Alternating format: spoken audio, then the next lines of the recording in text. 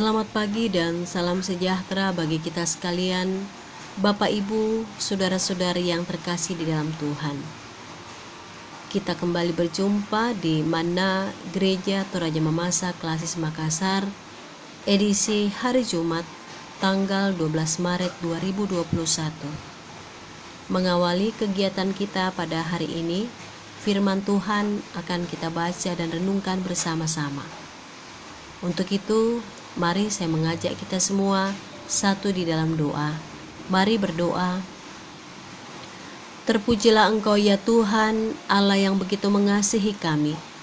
Jikalau saat ini kami boleh ada sebagaimana adanya, itu semata-mata karena anugerah Tuhan, kasih dan pemeliharaan Tuhan yang sungguh nyata dalam sepanjang hari hidup kami.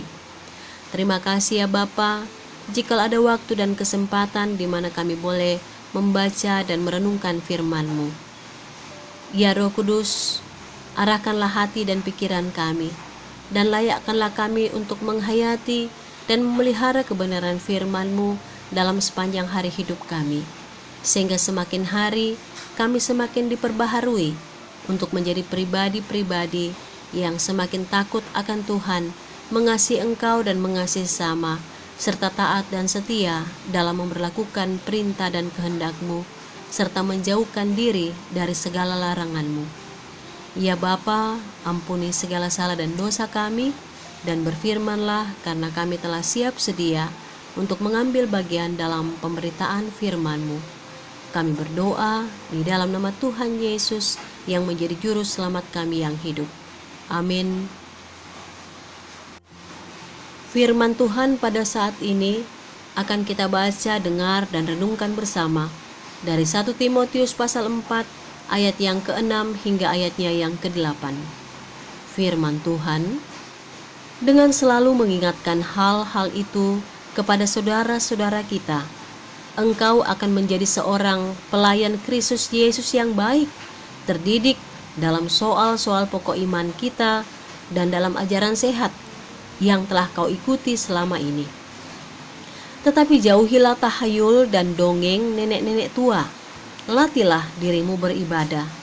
Latihan badani terbatas gunanya, tetapi ibadah itu berguna dalam segala hal, karena mengandung janji baik untuk hidup ini maupun untuk hidup yang akan datang.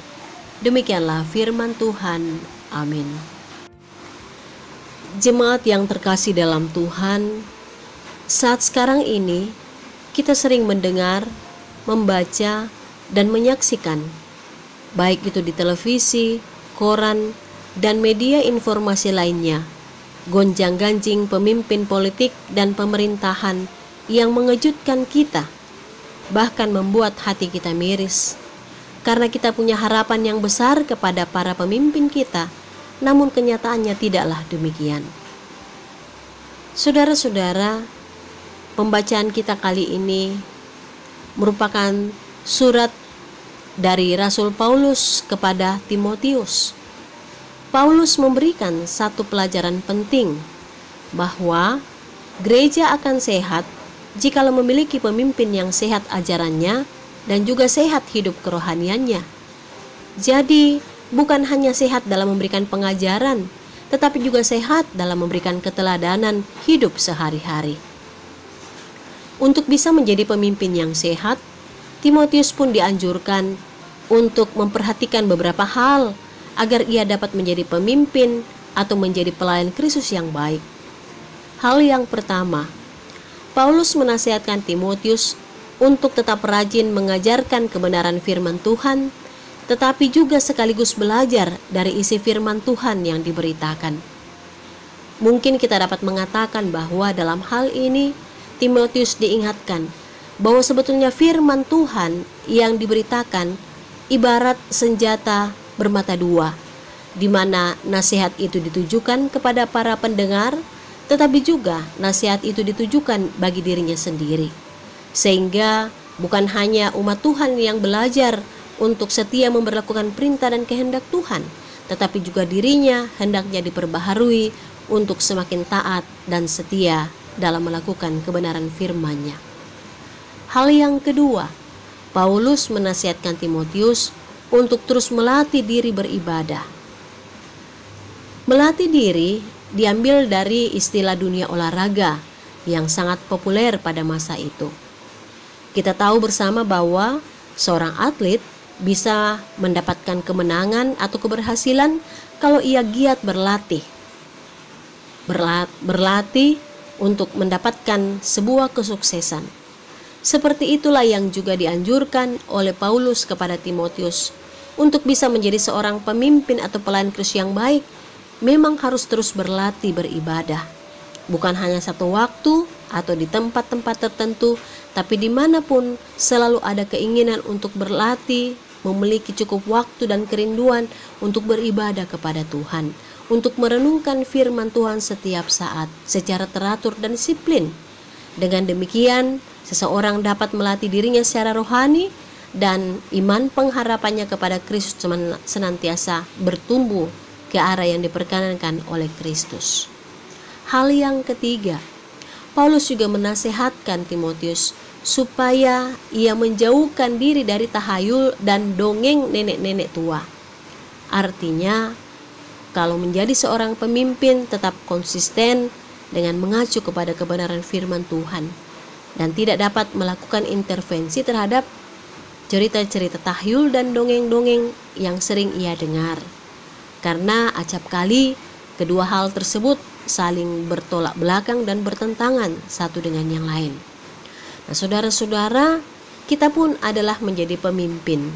Pemimpin paling tidak bagi diri kita sendiri. Nah, oleh karena itu, mari kita melakukan apa yang dinasihatkan Paulus kepada Timotius. Nasihat ini juga ditujukan bagi kita untuk tetap rajin mengajarkan kebenaran firman Tuhan, tetapi juga bersedia untuk dididik oleh kebenaran firman Tuhan itu. Yang kedua, mari terus melatih diri beribadah secara teratur dan disiplin, sehingga iman, pengharapan, dan kasih kita semakin hari semakin bertumbuh.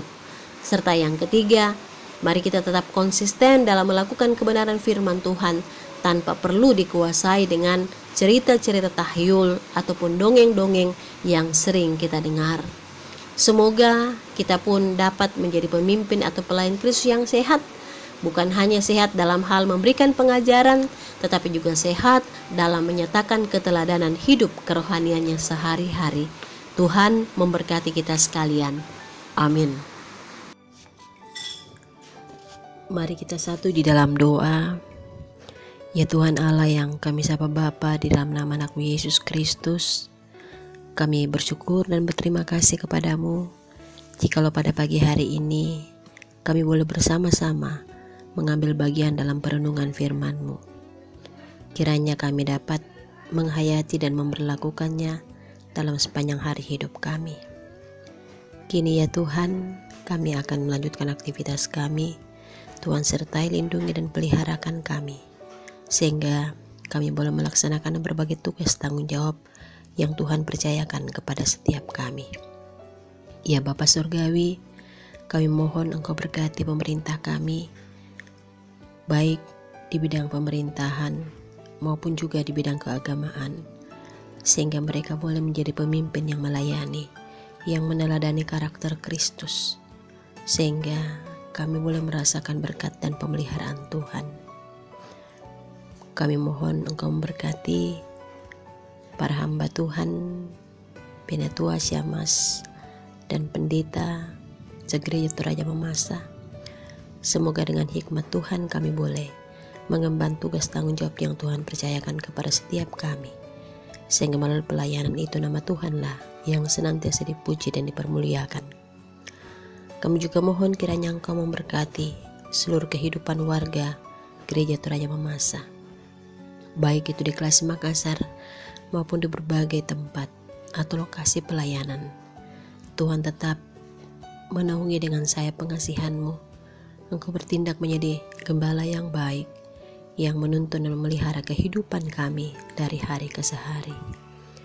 Untuk semua pergumulan yang kami hadapi, jangan biarkan kami menjadi tawar hati, tapi biarlah dengan berserah diri kepada Tuhan, kami punya pengharapan yang kokoh dan teguh, bahwa di balik semuanya itu Tuhan telah mempersiapkan segala sesuatu yang indah dan baik pada waktunya kepada masing-masing kami. Berkati badan pekerja Majelis Jemaat Se-Gereja Toraja Mamasa, berkati badan pekerja Majelis Kelas Makassar, berkati badan pekerja Majelis Sinode Gereja Toraja Mamasa. Semoga Engkau tetap memperlengkapi segala hal yang dikerjakan, sehingga semuanya mendatangkan berkat bagi hidup kami. Terima kasih ya Bapa, ampuni segala salah dan dosa kami, dan terima kami yang memohon kepadamu. Dalam nama Tuhan Yesus kami berdoa. Amin.